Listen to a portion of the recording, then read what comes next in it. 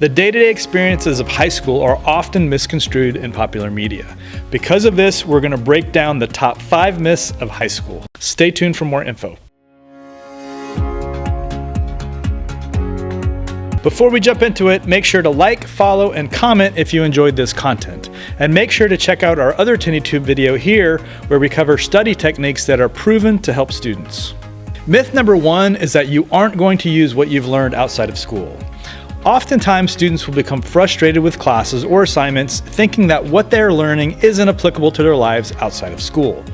While it may be true that every STEM major may not exactly reflect on knowledge retained in subjects like history, it's still important on how you've retained that information. Oftentimes, essays, studying, and homework are all working in tandem to prepare you with life skills. These skills are important for the fact that you'll be using techniques learned all throughout your high school and the rest of your life. This applies to all students, including students who choose to pursue a career instead of going into college after high school. Myth number 2 is that grades are the only thing that matters. While grades are an important aspect of high school, it's important also to maintain a work-life balance.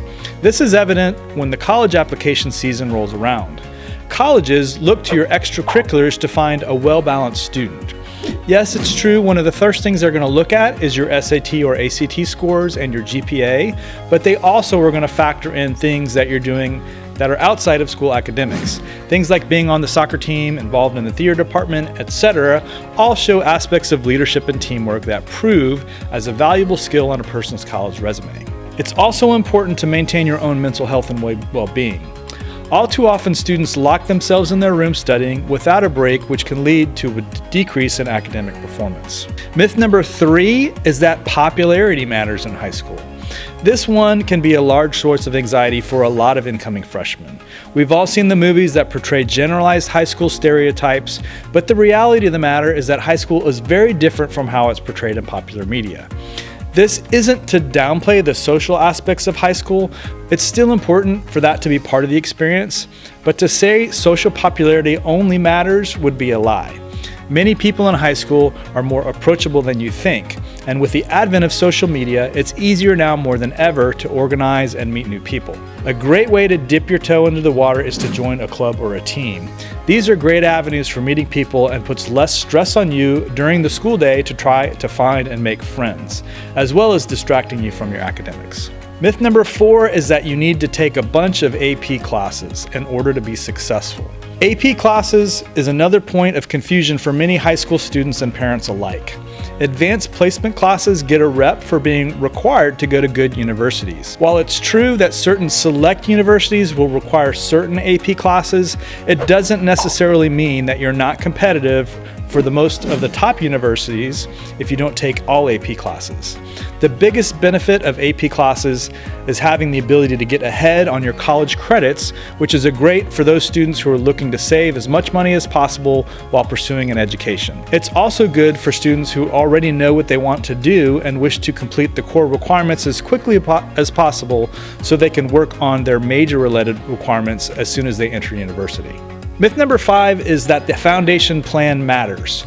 For those of you who aren't familiar, Texas offered what is called a foundation plan. The foundation plan is a graduation plan that requires all students to satisfy 22 credits to graduate.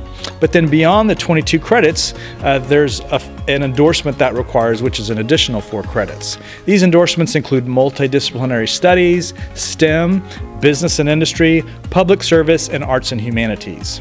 So while colleges can see the endorsement that you choose, it doesn't necessarily limit you to that field of study that's based off of the endorsement. While it shows your dedication that you have for that field of study, the colleges won't deny your application because you chose a major outside of that field.